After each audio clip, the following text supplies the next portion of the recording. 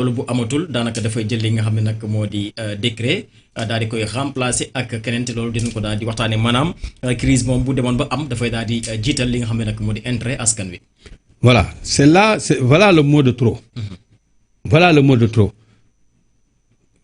gis nga loolu man ci li ma gën a metti ci entretien bi am. entre le président de la République ak journaliste yi. ce mot là yaakaaruma ko woon si Bassirou Diomaye Faye mu di ko wax en tant que président. taxaw di wax naan man ak moom y a pas de pacte. pacte boobu dinañ si ñëw léegi.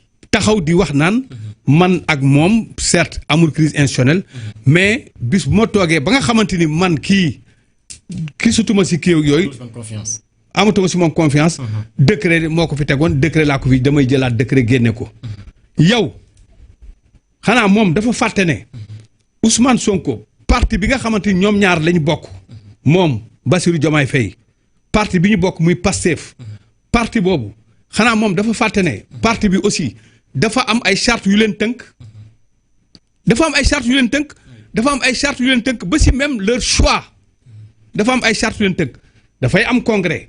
congrès d'un parti mooy déterminer suba kan mooy nekk c'est-à-dire suba seen soit secrétaire général parti ba wala président parti ba. congrès mooy mettre en place les instances yi nga xamante ni ñooy diriger parti bi. congrès mooy teg bureau. congrès bi ci boppam mooy wax ne suba kii mooy suñu candidat pour suba à l'élection présidentielle. waaw léegi yooyu pourtant parti bi nga bokk. dafa am charte leen tëkk yow sa bopp foofu nga xamante ni foofu nga toog muy président de la république keroog bi Ousmane Sonko di taxaw di porter son choix sur toi joxoñ askan bi ne leen kii la kii mooy Sonko man mooy Diomaye Sonko mooy Diomaye Diomaye mooy Sonko keroog ba mu koy wax est-ce qu'il a consulté les membres non seulement de son parti est-ce qu'il a consulté la coalition Diomaye il n'a consulté personne il leur a même presque imposé ce choix. Et pourtant malgré tout choix bi mu leen imposé ñëpp ànd nañ seeg yow waaw yow nga bëgg a taxaw tey ñu woo la au lieu nga wax leneen mais taxaw naan ñu bis boo xamante ni sama kii amatuma confiance ci moom. décret moo ko fi tegoon décret moo ko fi jëlee. loolu xawma kan ku nekk mboroon na ko mën a wax ba mu des yow. yow waroo koon wax surtout que yow kenn musulaa xam. secrétariat général bu nga xamante ni mooy bu Pastef je crois 5 mois nga fa def. je crois 5 mois nga fa def poste secrétaire général bu foofu bu dul woon loolu kenn xamu la te deer sax xamuñu la woon avant que ñu la doon jàpp kenn xamu la woon yow dem nga njaga ñaaw dem uti mairie xale bu jigéen moo la gagné ku jigéen la gagné dem nga njaga ñaaw je me demande est-ce que ba fii may wax yow mus nga fa nekk conseil municipal. tu n'as jamais occupé un poste de responsabilité au niveau de njaga ñaaw musoo fa gagné dara musoo ko fa am.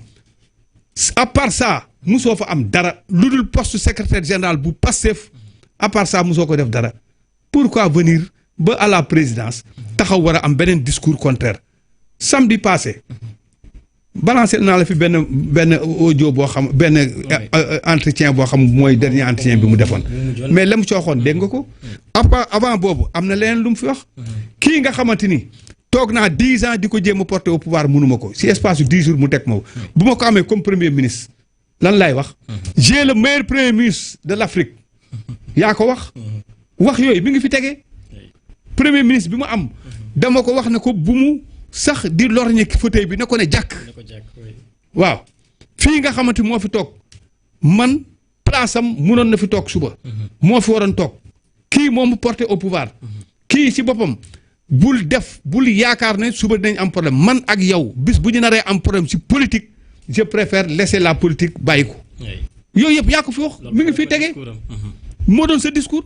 pourquoi venir ba fii tey bëgg a am le discours contraire pourquoi venir ba fii tey am d'autres ambitions tax na ngay comporter wu de la sorte am d'autres ambitions tax na ngay waxee nii nga xamante ni franchement ku ko dégg xeeb la. ku ko dégg xeeb la ñun nag attention nous sommes des acteurs. on est là kenn moomuñu ñun kenn moomuñu xam nga li nga xamante moom ngeen ñu jaayoon ba tax ngeen ñëw au pouvoir bis bu ngeen si tegg bu ngeen si nekkatul dañ leen koy wax ne nekkatu leen si parce que nous sommes des citoyens comme tout le monde ce peuple là nous appartient nous tous yéen moomu leen ko yow Bassirou Diomaye Faye locataire u palais bi rek nga dañ la dénk palais bi moomuloo ko keneen moomu ko ba tax lu la neex nga def yow war nga taxaw di wax loolu et pourtant taxaw nga fii lu bëri loo xamante dañ ko bañoon yaa ngi ci barki dem boo njaay fii nga teg décret defar sa fondation teg sa ñaari jabar jox leen fondation confier leen ko da nga defe ne neex nañu barki dem boo njaay taxawoon fii di décrier loolu tey nga ñëw teg ko ba pare nga ne kenn du wax ku wax wala am loo xamante ni metti na ko mu wax ko nga ne xaaral ma dàq ko parce que kii xëy na suba ma ke si vous croyez que avec ça noonu nga nar a ñëwee encore pour am un deuxième mandat wala si vous croyez que avec ça noonu nga war a ñëwee suba jéem a mettre tout le monde au même pied de danse vraiment maa la koy wax man Bassirou Diomaye Faye vous vous trompez lourdement les populations ñi ngi fi gis nañ fi ku nekk jaar na fi Ablaye Wade jaar na fi malgré tout lu nekk defoon nañ ko ñëpp xam nañ ko mais bi mu toogee ñi nga xamante ñoo ko entouré woon di doxalin beneen façon doxalin gis nga les populations se sont levées pour jëlee ko fi Macky Sall idem Macky Sall la gënoon fort fop moo la ëppoon doole fop yoroon pouvoir bi yor lu nekk def fi lu nekk terroriser fi nit ñi fexe na ba jënd fi ñu bëri jënd fi une partie de la justice ñenn ñi nga xamante ni il roulait pour lui ak ñeneen si foo dem foo laaloon rek secteur boo laal Macky Sall amoon na fa ay nit taxaw fa kii def na lu nekk def na ko ndegam lu nekk la def terewul Pastef existé ndegam lu nekk def terewul Pastef ñëw au pouvoir à plus forte raison yow mi nga xamante ni Macky Sall fekkee nga ak li mu def yëpp terewul ba nga yow nga ñëw agsi au pouvoir waroon nga am beneen discours contraire que bii nga am et j'ai vu que ne bon sur son entretien c'était ça qui l'intéressait presque li ko intéressé woon wax naa la ko fii keroog je te l'ai dit wax naa la ko fii keroog nee naa la moi je n'attends rien du président kii Bassirou Diomaye Faye je n'attends rien du président Bassirou. Pourquoi je n'attends rien du président Bassirou? Il va venir ici pour uniquement parler de politique. Il va venir ici xëy na peut-être essayer de se victimiser wala boog essayer au moins ñëw taxaw wax ak askan bi wax li nga xamante ni moo ko boole ak ñii wax li nga xamante ni pratiquement moom la bëgg loolu la doon def. C'est ce qu'il a fait loolu la def. Il s'est sauté na si occasion bi bu dox loolu Walfadjri bi ngay tudd Walfadjri defu la dara Walfadjri boobu ngay tudd Walfadjri bu di fait partie si organes yi nga xamante ni ñoo leen porté au pouvoir. parce que li ko métti yëpp foofu la koy déggee waroon na wax aussi de la même manière ne li ko gën a métti mi ngi koy déggee surtout si TFM boobu mi ngi koy déggee si RFM boobu mi ngi koy déggee si kooku nga xamante ni moo toogoon foofu bis bu yàlla sàkk mu déngat ko bu ñu tegoon ay bandam yu nga xam daan na ko wax ci biti. waroon nañ ko tegal bande yooyu mu doon wax ci biti. et puis li ma gën a metti yow le journaliste Moustapha Diop t'a posé une question. ngay répondre ba naan ko seen télé boobu lu ma metti yëpp fa la koy déggee mais télé boobu du seen télé boobu tuddul seen télé boobu mi ngi tudd Walfadjri. waxal ne Walfadjri li lay metti foofu nga koy déggee bu faree gars yi tontu la wax li ma si gën a metti mu wax loolu Assane Gueye di si reetaan comme si daal alors dafa ñëwoon pour jéem a roube. te dee sax nitu ruube la si la dëkk ruube la dëkk xam nga dafa am yu ma metti si la si entretien bi am entre les journalistes ba am keroog ak kii taxaw tem rek ciblé Moustapha Diop le meilleur journaliste voilà quelqu'un il a du mérite Moustapha continue sur cette lancée bu ko teggi la preuve bi nga paree gis nga la réplique de Cheikh Bara yow waroon nga xool rek bu du woon dara yow bi nga commencé carton rouge yi doon daw si yow waxuma la sax carton rouge yi mais yow bi nga commencé rek ba pare sa entretien tu as fait combien d'heures nga def. combien d'heures 2 heures de temps. Cheikh Bara qui est un simple député. garabu la du yéen a nga garabu moom nangu na ne garabu la déggul tubaab xamul dara waaye nitu daara boo xam bu am ñam bu mën a wax ak askan bu xam li muy wax lan la moom Cheikh Bara demal nga comparer yow. ce nombre de vues yi nga amoon ci direct bi. contrairement ak nombre de vues yi Cheikh Bara amoon. 71 000 et quelques de vues. En direct Cheikh Bara. contre yow mi nga xamante ni presque ça tournait aux environs de 20 xawma et quelques mille. xawma 20 et quelques mille. yow ñaata yoon lañ fi def ay émission dagg bi rek suñu dagg rek yow suñu dagg rek presque mu egg ay 40 000 50 000. dama lay laaj rek je te pose une question. si ñuy dagg rek dagg yi fii rek yi ñuy def ñaata nombre de vues lay def. Voilà pour vous dire yooyu c'est des choses à ne pas négliger. Absolument. te dafa am solo. c'est des choses à ne pas négliger. audience bi. yow nee nga da ngay massifier. xoolal rek comme massification nga nekk. da nga nekk en politique xoolal yëpp bul bàyyi dara politique moom bul bàyyi dara. te politique audience la. politique audience la xam nga ne Ousmane Sonko mële. lii ko nit ñi toppee joxu leen alal. joxu leen dara li ko nit ñi gëmee du lenn lu dul discours démbam mooy discours tayam. waxu démbam mooy waxu tayam. fa mu newoon ba léegi jugu fa. la muy wax gëm na ko te la muy wax bis bu téyee loxo bi si lañ koy gën a gis boobu léegi ñeme na li muy wax il a le courage de ses idées te li mu lay wax ci la nekk. guddeeg bëccëg waaw kooku da nga defe ne les gens là dañuy ñëw rek comme ça di ko topp parce que dafa leen jox alal war a non parce que nit ñi dañuy am espoir ci moom yaakaar ne avec ce monsieur peut-être Sénégal dana teg ci beneen jéego. Sénégal dina nekk ci beneen anam. Sénégal dina génn ci li nga xamante ni mooy note bi ñu ko tegoon. c'est pas pour rien que ñu yàgg ko di wax ne ko le guide de la révolution mu di ko bañ ba léegi mu accepté ne c'est lui le guide de la révolution c'est le guide de la révolution. c'est le guide de la révolution nañu waxante dëgg nous sommes les gardiens de la révolution ñooy garder dinañ la garder dinañ la aar topp la ànd ak yow ba porter la au pouvoir soog laa mën a bàyyi na nga doxal. pour l'instant gannaaw ngay dox rek.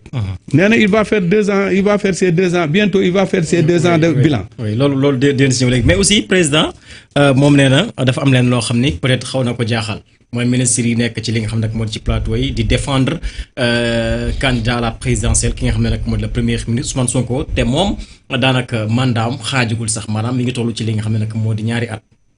waaw ministre bi di tey ci TFM. Abdourahmane Diouf. bokk ci coalition Diomaye président. ak beneen ministre bi doon def tey point de presse. xaw ma nan Diop keneen ki l'autre ministre. bi doon def tey point de presse pour seen préparation meeting boobu. seen préparation meeting. waaw Serigne Gueye Diop. ministre bi gën tey TFM. lu mu wax. déggoo ku mu wax. laalul ci ko premier ministre. bien sûr. waxu ko. fii dara amu fi lu mu fi wax du ma ko toxaat sax di ko waxaat. dalul ci kawam. Serigne Gueye Abdourahmane Diouf. te Abdourahmane Diouf lu mu waxul tey amul. dalul ci kawam. pourquoi nga bëgg a yow sa ministre yi nga xamante ni yaa ak ñoom a ànd ci coalition Diomaye président ñu am fitu taxaw ci plateau télé. di dal sa premier ministre le chef du gouvernement di leen wax lu ko neex. di ko contredire. waxuloo ci ñoom. ñu di la laaj yow nga wax ne alors dafa am ay ministres yoo xam dañuy dem. ci plateau télé bële ñuy wax Walfadjri di ko fa digat di wax naan Ousmane Sonko xaw ma lan président de la République yow yaay kan loo bëgg. non dama lay laaj rek lan nga bëgg pour ñu def ko noonu ngay àtte toi yow miy wax naan tu vas être au-dessus de la mêlée. yow au-dessus de la mêlée n'est simple qu'un slogan. au-dessus de la mêlée nekkoo ci yow tu es au milieu de la mêlée xaw ma tu es en bas de la mêlée. ou bien tu es dans la mêlée parce que si loolu nga nekk si yooyu nga nekk ko feneen. da ngay politique li ngay def nit ñi xam nañ ko nit ñi dinañ la répondre politiquement. boo nekkee si diggay doxalinu gouvernement nit ñi fekk si la si loxo doxalinu gouvernement. la preuve le premier ministre. d'après lu mu diggee ci gouvernement bi yëpp durant ces 2 ans il va faire son bilan. munoo ci dara il fera son bilan parce que c'est normal que aussi. nit ñi xam ne le premier ministre aussi après tout nekkuloon ci gouvernement bi. pour nekk fa di organiser ay meetingam après bu waree organiser meetingam. pour tontu nit ñi di wax bu fekkee dafa laaj mu tontu. nekk foon pour loolu dafa nekkoon aussi pour liggéey. oui alors ba tey dañuy daal di desandi ci sortie bi nga xam ne le premier ministre wala président Bassirou Faye def na ko ginnaaw bu na jàkkaarloo ak li nga xam ne nag moo la presse sénégalaise daal nay àdduwaat aussi ci li nga xam ne nag moo digganteem Ousmane Sonko ak li nga xam ne nag moo di Pastef nee na digganteem ak Ousmane Sonko amul benn pacte bu ci am te nee na aussi amul benn pacte avant la présidentielle maanaam avant élection yi amul lenn loo xam ni toog nañu waxtaanee ko daal di koy tënk nee na loolu amul nee na aussi loolu bu amoon sax ab manque de respect la bu ñuy amal jëmale ko rek ci li nga xam ne nag moo di sénégalais yi. mais pacte am na. pacte bi xam nga mooy lan. pacte bi c'est le projet. pacte am na c'est le projet bi dañu ko teg projet bi ñëpp ci ànd. projet boobu la ñu ñëwee au pouvoir. donc pacte boobu mooy pacte bi mooy projet bi. projet bi nag bu fekkee nekkuloo ci keneen nekk ci bu la neexee nga taxaw ne pacte amul. pacte bi c'est le projet. le projet mooy li nga xamante ni moom la ñu waxoon pacte bi mooy dañu ne woon une fois arrivé au pouvoir li war ci askan bi dañu ko def pacte bi mooy une fois arrivé au pouvoir martyrs yi nga xamante ni tey ba léegi il se réclame justice ñu nekk ci pacte bi mooy on va réformer la justice pacte bi mooy lépp loo xamante ni dëggal nañ ko woon askan bi ci ñu baatoon ko campagne ñu def ko loolu mooy pacte bi pacte bi mooy ñu jéem a relever le défi parce que on nous a confié un pays pacte bi mooy une fois bi ñu ñëwee au pouvoir gis ne y a eu des rapports qui sont sortis épinglés d'autres dignitaires y a eu des dettes cachées li ñu gën mooy pacte bi mooy li nga xamante ni la ñu waxtaane woon ñu jéem a fexe ba redresser la pente jéem a fexe ba tegaat askan jëkkaat Sénégal ci raay yi loolu mooy pacte bi mais pacte bi ngay naan amul man xawma lan ngay wax en tout cas ñun suñu pacte mooy loolu c'est le projet te projet bi liñ ci waxoon dafa bëri am na nag ñu ci nekk am na ñu ci taxaw nekk ci ku ci mel ni Ousmane Sonko mi ngi ci ak ñeneen ministre am yoo xamante ni ñoom ñi ngi ci Birame Souleye Diop kenn du laam-laamee que ne vraiment liggéey bi muy def nekkul liggéey bu mucc ayib Déthié Fall qui est venu tout récemment bi nga xamante ni topp nga durant ce entretien bi yëpp di ko xawma ndax da nga koy mais est-ce que Déthié xaw ko déranger tamit ci benn côté mais Déthié da ko déranger parce que Déthié c'est quelqu'un boo xamante ni liggéeyee ko indi liggéeyee ko tax a jug bi muy ànd ak ñoom di battre campagne il a battu campagne civilisée battre campagne normalement fidèle la ci Ousmane Sonko ku fidèle ci Ousmane Sonko depuis yow askan ba léegi mais oui parce que Ousmane Sonko c'est moo porté projet bi Ousmane Sonko mooy porte kii dañuy wax dëgg xam nga donc bu àndee ak moom kii nu mu tudd Déthié Fall coalition Diomaye la xam non bokkuloon sax coalition Diomaye il est venu après parce que Déthié Fall était candidat bi loolu jeexee Déthié Fall est venu ci législative yi la ñëw il est venu rejoindre comment dirais-je attelage gouvernemental bi ñu nommé ko mais Déthié Fall comme allié ñëpp gis nañu ne Déthié Fall est un fidèle allié Déthié Fall gis nañ ko liggéey bi muy liggéey ñëpp gis nañ ko doxalin ci gouvernement bi ñëpp gis nañ ko bu fekkee nag dafa am leneen lu leen animé bu fekkee Déthié Fall le fait que mu comment dire mu fidèle à Ousmane Sonko ba pare di liggéey bu mucc ayib te yow xamoo nooy def bu fekkee ça te dérange ñun dérangé wu ñu de ñun askan bi parce que ñun li ñu soxla rek mooy ku ñu liggéeyal réew mi te comme Déthié ngi ci gisuma lan moo war a tax dem keroog ci entretien ba le mot Déthié Fall di ñëw à tout moment te bul xalaat sax ne Déthié Fall dina rejoindre ci coalition Diomaye boobu kooku bu ko xalaat alors ci ndaje boobu aussi moom it daal nay dikk ci liggéey bi nga xam ne def na ko biir Pastef par rapport ak cellules yi nga xam ni monté na ko lu ci mel ni Moncap